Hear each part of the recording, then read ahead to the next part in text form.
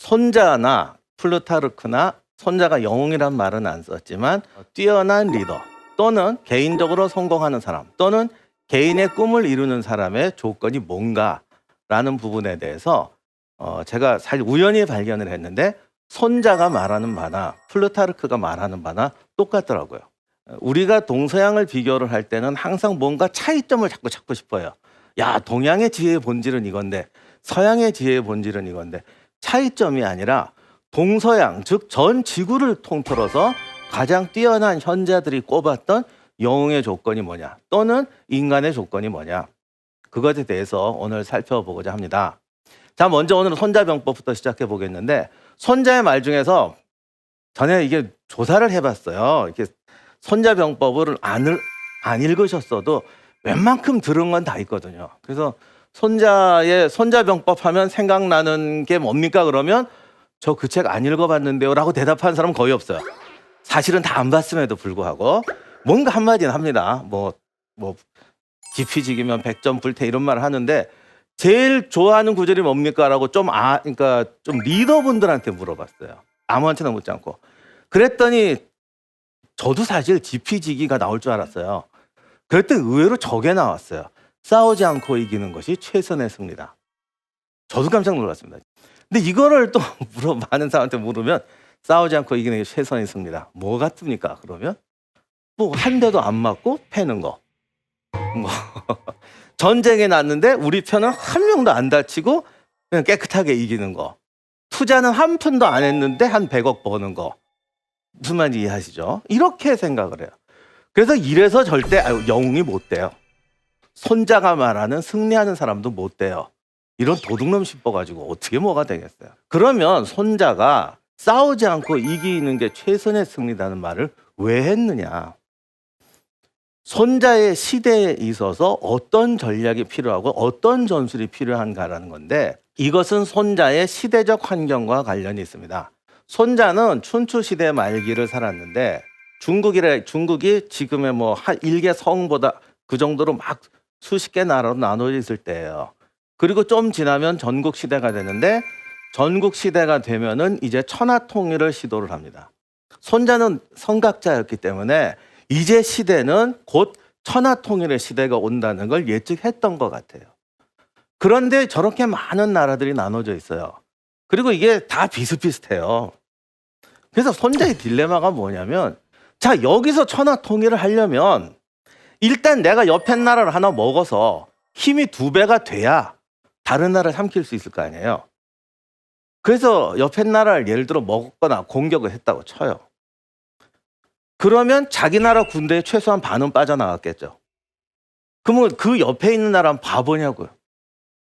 그 틈을 노려서 그때 손자가 이제 오나라에 가서 장군을 했는데 뭐 초나라가 친다거나 월나라가 친다거나 옆에서 칩니다. 그러니 맨날 이겨도 옆에서 방해를 놓기 때문에 돌아와야 돼요. 왜? 내가 2배가 되려고만 해도 옆에서 방해를 놓으니까. 그래서 이런 결론이 나옵니다. 오나라와 그냥 옆에 나라 보세요. 오나라와 월나라가 사이즈가 비슷해. 내가 월나라만 삼키면 이제 나머지 먹는 건 아무 문제가 없어요. 나머지 50개는 다 내 거야. 근데 월나라를 삼키기가 힘든 거란 말이에요. 그럼 월나라를 삼켜서 내가 2배가 되려면 내가 한 명도 안 죽고 월나라를 꼴깍 먹어야 돼요. 물론 안 되지. 그게 보통 강국이 아닌데. 그래서 이건 말이 안 되다 싶은데 손자는 어쨌든 이 난국을 타개하려면 우리가 2배가 돼야 된다. 어떻게? 손실을 안 입고. 그래서 이것을 전략 목표로 삼은 겁니다. 그러니까 야, 듣기 좋다. 이게 아니고 내가 지금 처한 시대 상황, 내가 지금 처한 목표에서 내가 무언가를 이루기 위해서, 내가 목표하는 바를 이루기 위해서 내가 무언 조건이 필요한데 그것을 뭔가를 찾아야 돼요. 찾았더니 이게 말이 안 되는 거야. 한 명도 안 다치고 남의 나라를 꼴깍 삼키래요. 이랬을 때 보통 사람은 포기하죠. 그러나 손자는 포기하지 않았어요. 아, 이게 시대적 과제다. 그리고 그 방법을 찾는 거예요. 이게 손자병법의 출발점이에요. 그래서 도저히 말도 안 되는 것 같은 아군과 내가 싸워서 적을 때려 죽여도 안 돼요. 왜? 적의 군대도 홀라당 먹어야 되거든. 일단 2배를 만들고 시작하자. 이것을 위해서 우리가 어떤 전략을 짜야겠는가 해서 시작하는 겁니다. 이게 첫 번째 영웅의 조건입니다. 왜? 대부분 사람들은 이렇게 안 합니다. 그래서 이제 최소의 희생으로 최대의 효과를 얻어야 된다라는 결론이 나오는데, 이거는 우리가 생각하는 그냥 미덕이 아니고 당위예요.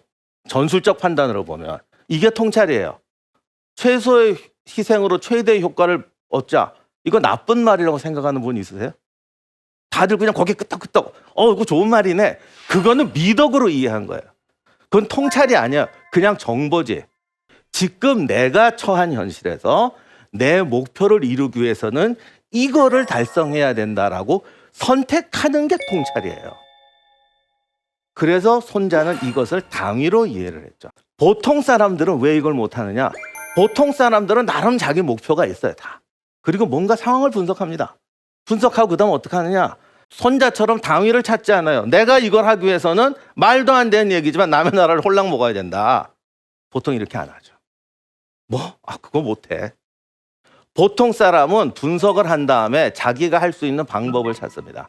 내가 가진 무기가 뭐냐? 지금 내가 할 수 있는 게 뭐냐? 그리고 그거를 가지고 자기 목표를 선택하고 가는 방법을 선택을 해요. 그러니까 대부분 실패하고 성공하면 그냥 운이 좋은 거예요. 누가 인간에게 죄를 줬는지 모르겠지만 신이 인간에게 지혜를 줬더니 그걸 어디다 써먹냐면 남 탓하는 데 찾는 거야. 방금 말한 그대로예요.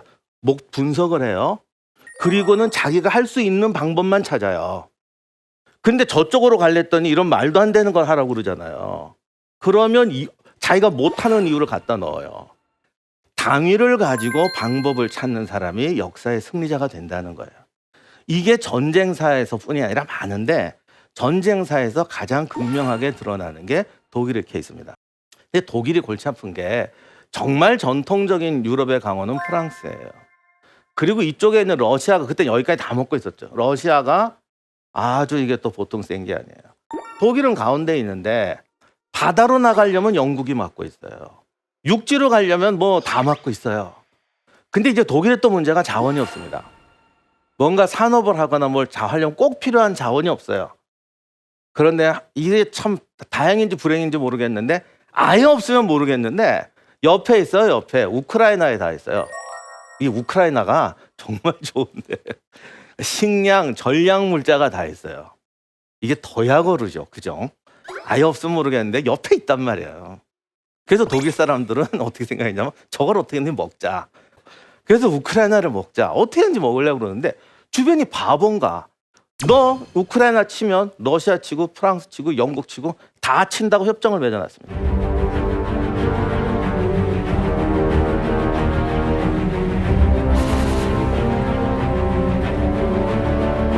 싸울 때 제일 골치 아픈 게 앞에 4명 싸우는 것보다 앞뒤로 2명 놓고 싸우는 게 더 힘들어요.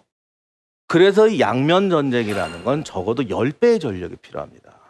근데 10배는 그냥 지금 1대1로 붙어도 안 돼요. 그러면 이거 어떻게 해야 돼? 포기해야죠. 이거 얼마나 좋습니까? 하나님 왜 우리를 이런 놈의 땅에다 냅뒀습니까? 땅은 왜 안 주고 왜 옆에는 러시아를 두고 옆에는 두고 어떻게 할래? 뭐 못해. 이러면 그만이에요. 근데 독일이 이때 우리가 살아나가기 위해서는 무조건 여기를 먹어야 되는데 그러면 러시아하고 프랑스를 쳐야 된다. 프랑스와 양면 전쟁을 해야 된다. 이거 어떻게 할 거니? 이걸 당위로 내놨어요. 먼저 프랑스를 치자. 프랑스를 쳐서 왜냐하면 러시아는 땅이 넓어서 러시아가 독일까지 오는데 6주가 걸립니다. 그때 군대 동원해서 여기까지 오는데 그러면 6주 안에 프랑스를 확 먹어버리고 전군을 돌려서 러시아를 치면 이길 수 있다. 이런 방법을 내놓습니다. 물론 이거는 고양이 방울 달기예요. 요즘 말로 하면 6주 만에 중국을 치고 군대를 돌려서 미국을 치자 뭐 이런 얘기 같은 거예요. 6주 만에 프랑스를 치고 할 것. 이게 이제 당위가 된 거예요. 방법은 없죠. 보통은 여기서 포기합니다. 근데 독일은 이게 우리의 운명적 과제니까 해야 된다라고 한 거예요. 이게 손자가 말한 싸우지 않고 이기는 법하고 내용이 다 겉으로 보면 다른 것 같잖아. 손자는 싸우지 말고 이기자고 그랬고 독일은 양쪽으로 싸워서 이기자고 그랬으니까 다른 말 같지만 사실 같은 뜻이에요. 내가 내 목표를 이야기하기 위해서 당위를 놓고 거기에 자기를 맞추는 거죠. 그래서 6주 만에 이걸 프랑스를 치고 독일을 치기 위해서는 어떻게 해야 될까? 이때부터 독일은 모든 국력을 기울여서 그 방법을 찾기 시작해요. 그리고 이거는 단지 군대의 싸움이 아니라 국가의 과제잖아요. 교육제도까지도 바꿔요. 우리는 지금 전 세계에서 가장 많은 과목을 들어요. 영어 뭐 수학 몇 시간씩 듣는데 왜 듣니? 그러면 중요하대.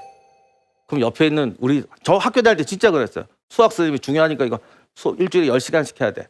그럼 사회 선생님 화가 팍 나요. 야, 사회는 안 중요한 줄 알아? 국사는 안 중요한 줄 알아? 이것도 10시간 해야 돼. 중요한 건 누가 안 중요한 과목이 어디 있어? 근데 이거를 왜 10시간을 해야 돼를 중요해 그러면 타협이 안 돼요. 안 중요한 게 어디 있냐고. 그렇다가 2시간짜리로 떨어지면 선생님 우시는 거지. 난 2시간짜리인가 봐. 아니거든요. 중요하고 안 중요한 게 아니라 자신들의 전략적 선택에서 중요도가 달라지는 거지. 그걸 책상에다 올려놓고 수학이 중요해, 국어가 중요하라고 천년만년 쌓아봐 답이 나오나. 지금 내가 무엇을 하려고 하는데 여기에서 얘가 차지하는 위치가 뭐냔 말이에요. 이게 국가의 전략적 선택이에요. 독일은 이거를 해서 교육 체제까지 바꿔요. 그런데 프랑스 애들이 이걸 들었어요. 나중에는. 처음에는 비밀로 했는데 뭐 이러다 보니까 다 나왔지. 논문 나오고 토론하고. 프랑스 애들이 이걸 보고 야, 독일이 이런 데였는데 대책을 세워야지라고 했을까요? 안 했을까요? 안 했죠. 비웃고 말았지.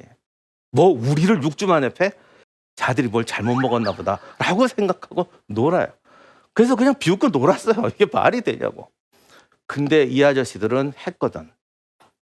그래서 드디어 슐리핀 계획이라는 게 나옵니다.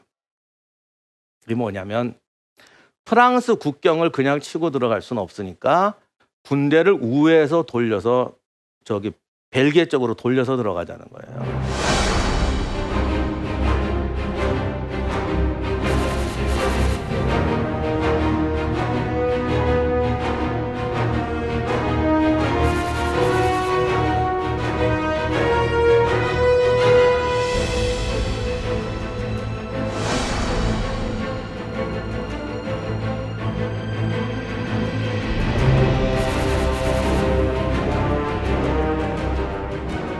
근데 그 당시는 되게 보병이 위주였거든요.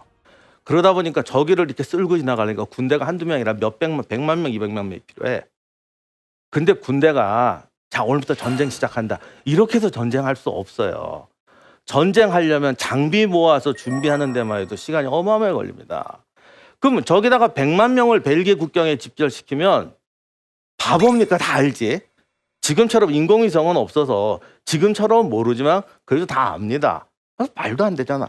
그랬더니 독일이 또 어떻게 하냐면 예비군을 동원해서 채우자. 지금처럼 정보가 빨리 가진 않으니까 일반 군대가 가서 딱 집결하면 아는데 예비군 동원령 내려서 확 갔다가 하면은 한 15일 만에 그러니까 일주일인가 열흘 만에 들어갈 수 있다. 그랬더니 이게 또 말이 안 되는 게 예비군 100만 명을 동원해서 열흘 만에 전투 시작한다고? 절대 안 돼요. 지금도 안 돼요. 그냥 너 나와 이래갖고 데리고 간다고 군대가 되는 게 아니에요. 지금 여기 계신 분이 부대가 다 다른 거야. 부대가 다 다른데 동원령이 때리면 예를 들면 당신은 무슨 부대 위생병이고 당신은 무슨 부대 무슨 몇 소대 기관총 사수니까 어디로 오라 그래요. 그럼 뭐 서울, 제주, 부산 뭐 사방에 있는 애들이 어디 버스 정장 자기 동네에서 어디 집결하면 거기 애들이 버스 타고 태워서 어디까지 갖다 놓으면 얘들을 운반해서 어쩌저쩌고 하는 시스템을 다 짠 거예요. 이거 요즘 슈퍼컴 갖고도 못해요. 그래서 독일이 사관학교 성적도 수학을 제일 우선이에요. 수학 잘하네. 이거 해. 그래서 당시 독일 육사에서 유행하던 말이 육사에 가서 절대 우등생이 되면 안 된다. 우등생이 되면 소대장이 되는 게 아니라 역으로 끌려간다. 그래서 맨날 철도 시간표 짜다가 정신병원에서 죽는다. 라는 유명한 농담이 있었어요. 왜냐하면 맨날 기차 체크하니까. 그러면 동원령을 내렸는데 이게 지금 기차가 제대로 움직이는지 어떻게 알아? 그래서 민간인 아저씨들 다 동원해가지고 누군가 예를 들면 뭐 무슨 A동 통장이면 하면은 땅 하고 비상령이 떨어지면 우리 집 앞에 있는 전봇대에 나가 쓰는 거예요. 그리고 체크를 해야 되는데 어떤 식으로 체크를 하냐면 1시 15분에 1503호 열차의 11호 칸의 세 번째 바퀴가 내 앞을 통과해야 돼. 그러면 지금 시간표대로 되고 있는 거예요. 5번째 바퀴가 지나갔으면 약간 늦은 거고, 무슨 말인지 이해하시죠? 그러면 이거를 또 전신을 때리면 그걸 수합을 해서 조정을 했다고요. 그렇게 해서 열흘 만에 동원을 해서 예비군이 진군을 시작했어요.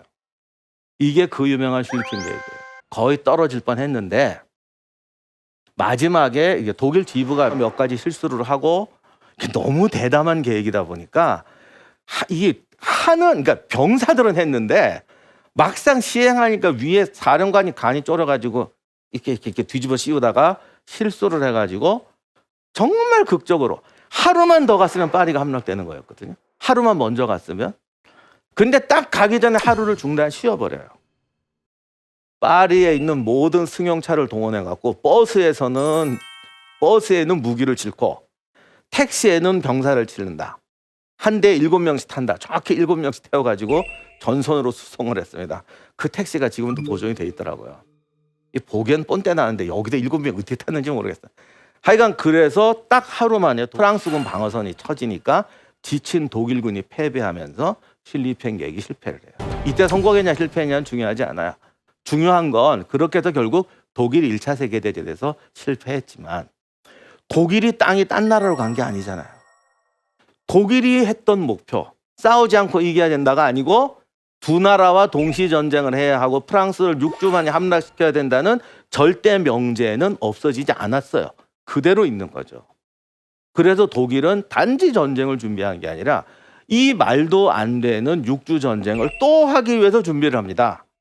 근데 주변 나라들은 한 번 실패했으니까 안 하겠지라고 다 들어누웠어요. 다시 말하지만 방법을 보고 당위를 선택하는 사람과 당위를 보고 방법을 개발하는 사람의 차이가 이렇게 크다고요. 프랑스나 러시아엔 바보만 있겠어요. 그런데 이게 안 돼. 걔들은 절박하지 않거든. 그러니까 이제 끝났지라고 했는데 독일은 또 고민하기 시작했어요. 그때 나온 게 탱크였습니다. 1차 대전 끝에 탱크가 나왔거든요. 아이러니하게도 탱크를 제일 먼저 만든 나라는 영국이에요. 그 탱크를 오늘날 탱크처럼 만든 건 프랑스예요. 프랑스의 르노 탱크가 1차 대전 때 제일 잘 나온 명품이에요. 근데 정작 프랑스 애들은 르노 만들어 놓고 좋은 거 하나 만들었네? 다음엔 뭐 만들지? 이랬어요. 근데 독일 애들은 그 르노 탱크를 보고 깨달은 게 저거다. 우리 걸어가지 말고 탱크로 가자. 그래서 또다시 6주에 도전을 하는데, 그래서 6주 만에 가기 위해서 얘들은 기동성 있는 탱크 전략을 생각을 했어요. 그래서 만들었던 게 전격전이에요. 그래서 우리가 아는 그런 멋있는 탱크가 아니라 이런 가벼운 탱크를 몰고 전격전을 하기 시작했습니다. 사실은 탱크만 하는 게, 전격전을 탱크로 생각하는, 탱크만 하는 게 아니고 대포, 항공기, 탱크 다 모아가지고 전쟁을 이렇게 통으로 미는 게 아니라 한 군데로 집중해서 이쪽으로 파고 들어간다는 거예요. 그리고 파고 들어가서 뒤를 막아버린다라는 겁니다. 그럼 얘들이 항복한다는 거예요. 그런데 이게 중요한 게, 이게 말처럼 쉬운 게 아니고 내가 여기를 뚫어서 뒤를 갔어요. 그래서 뒤를 막아버렸어요. 그러면 이쪽에 항복한다고 그랬더니 반론을 핀 사람이 뭐라고 그랬냐면, 이렇게 병력이 많은데 내가 혼자 여기를 가운데를 막 뚫고 저 문을 잠궜어. 얘들이 이제 갇혔다 그랬다고. 내가 여러분 뒤에 고립된 겁니까? 여러분이 갇힌 겁니까? 이게 답이 안 나와요. 그래서 독일에서도 이게 무슨 말 안 되는 전투냐라고 했는데, 전쟁터는 기세거든. 실제로 해보니까 정말 독일군 애들이 용감하게 뚫고 들어가니까요, 놀라서 무너져요. 근데 똑똑한 애들이 알아갖고 싸우자 그래도 한번 겁이 나서 무너지면 이게 정신없습니다. 이게 생명이 눈앞에서 왔다 갔다 할 때는 이게 안 돼. 1선이 무너졌다 그러니까 2선 부대가 오는데, 1선에서 무대가 차라리 죽었으면 안 그래. 별로 죽지도 않았는데 겁이 나서 도망가니까 쓰나미처럼 뒤로 오는 거예요. 지원하던 부대가 지금 앞에 왔는데 얘들이 밀고 내려가요. 독일군은 나타나지도 않았는데. 이거를 보고 독일군 그 앞에 있던 전차 부대원들이 어떻게 이럴 때 어떻게 해야 됩니까? 나는 원래 여기까지만 가라고 그랬거든요. 근데 애들이 쓰나미처럼 뒤로 밀리더니 뒤에 쏘는 지원 부대까지 밀어버리는 거예요. 그럼 이때 어떻게 해야 되죠? 원래 내 명령은 여기예요. 이럴 때 앞으로 더 나가면 삼진까지도 쓸어버릴 수 있잖아요. 근데 언제 전화하고 이걸 해요? 이렇게 전격전 스타일로 전쟁하면 이 중에서 누가 겁먹고 얼굴이 하얘질지 누가 아냐고. 본인도 몰라요, 본인도. 그러면 갖다 딱 들이쳤더니 누가 갑자기 혹 이렇게 주저앉는단 말이에요. 그러면 그걸 보고 반응을 해야 돼요. 무슨 말 이해하시죠? 그러면 현장에서 누군가 즉시 판단을 내려야 되잖아요. 근데 군대란, 군대 하면 명령 아닙니까? 이건 전 세계 공통이에요. 군대가 명령을 안 들으면 군대는 조직 유지가 안 돼요. 생각해 보세요. 다른 건 다 필요 없어요. 우리 훈련소 가서 이렇게 포복하라고 그랬어. 앞으로, 자기 앞으로 갔어. 갔더니 앞에 똥물이 쫙 깔린 거야. 근데 여기만 없어. 그러면 가던 애들이 전부 이쪽으로 겨갈 거 아니에요. 그럼 이 군대는 전멸이에요. 군대가 괜히 권위를 세우려고 명령을 하라는 게 아니라 절로 가라고 그랬으면 앞에 피바다도 똥물이도 물로 겨가야 돼요. 근데 이거 보고 한번 자 각자 알아서 판단해. 그러면 100명 중에 100명이 똥물로 기겠어요? 마른 땅으로 기겠어요? 마른 땅으로 긴다고. 그래서 군대는 절대 자율적인 판단을 허용하지 않아요. 왜? 생명이 오고 가기 때문에 다 이기적인 판단을 하거든요. 대부분이. 안 그런 사람도 가끔 있지만 그런 애들은 더 먼저 죽어요. 그래서 군대란 명령해 주고 명령에 사는 거지 자율적인 판단을 허용하지 않습니다. 근데 전격전을 했더니 이거는 애가 자기가 판단해야 돼요. 전화 걸고 하면 늦어요. 그럼 어떻게 해야 됩니까? 여기서 독일이 임무형 전술이라는 걸 만듭니다. 독일 사람들이 명령을 우습게 봐서 군대를 민주화시키기 위해서 임무형 전술을 만든 게 아니에요.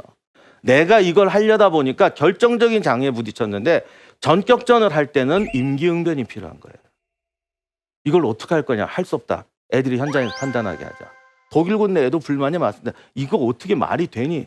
그런데 중요한 것이 군인이 목표의식이 분명하고 또 가다가 똥물을 기으라고 그랬더니 안 기는 이유는 걔가 명령을 위반해서가 아니고 자기가 이걸 왜 하는지를 모르고 자기가 하는 일의 가치를 못 느끼기 때문에 그래요. 만약에 그 똥물 속에 다이아몬드, 핑크 다이아몬드가 있다 그러면 건너가긴 뭘 건너 마시래도 마실 거야 정말. 그래서 병사들에게 목적을 분명히 가르쳐주고 목표를 가르쳐주고 자기가 하는 임무에 대해서 왜 하는지를 가르쳐주고 방법을 스스로 찾아서 하라 그러면 할 수 있다. 아무도 실험해보지 않은 길을 독일군이 갔어요. 그랬더니 정말 되는 거예요.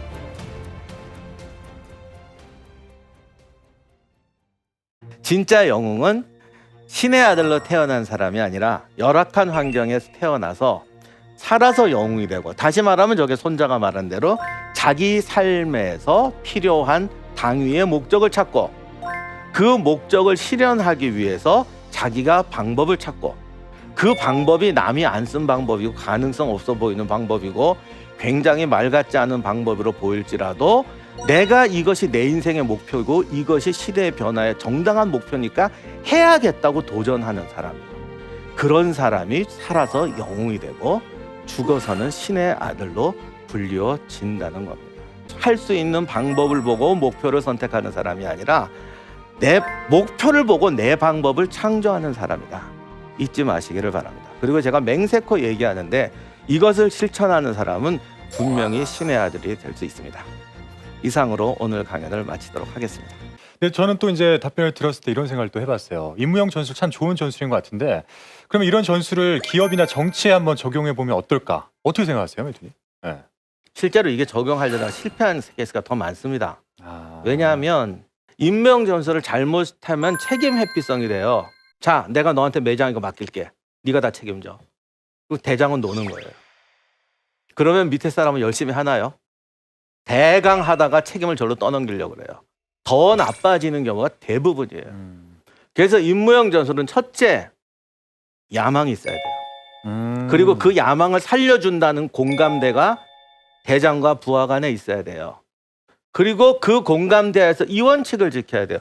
지금도 독일군은 임무형 전술을 쓰는데 첫 번째 그 걔네들 교본의 1장 1절이 뭔지 아세요? 책임감은 누구와도 공유할 수 없고 나눌 수도 없다. 내가 자네한테 맡긴다고 해도 책임은 내가 지는 거야. 맞는 사람은 여기에 모든 건 내가 책임지는 거야. 근데 이렇게 말하면 우린 또 싫어해. 그럼 누가 책임질 건데? 둘 다 책임질 거야? 이렇게 가니까 안 되는 거예요. 그 패기와 야망을 살려서 같이 가야 돼요. 그래서 임무형 전술이 매뉴얼 좋아하는 사람들한테는 참 싫어요. 이게 답이 없고 만들어 가야 되는 거거든요. 그래서 가장 선진적인 조직이고 모든 최고의 전술은 유형의 전술이 아니라 무형의 전술이라고 그러거든요. 근데 모든 조직은 무형의 전술이 아니라 유형의 전술을 좋아해요. 책임 소재 때문에. 그게 아마 조직에서 잘 안 되는 중요한 이유일 건데 성공한 나라는 지금도 이스라엘이 벤처기업은 세계 1등입니다. 가장 창의적인 벤처기업은 이스라엘에서 다 나와요. 왜 그러겠어요? 책임은 공유할 수 없고 양도할 수도 없고 같이 도전해야 된다는 정신으로 살기 때문에 기업에서도 성공하는 겁니다. 네. 남이 못하는 것에 도전하는 사람이 영웅이에요. 시대를 보고 방향을 찾아서 남이 따라올 길을 개척하는 사람이 영웅인 거죠.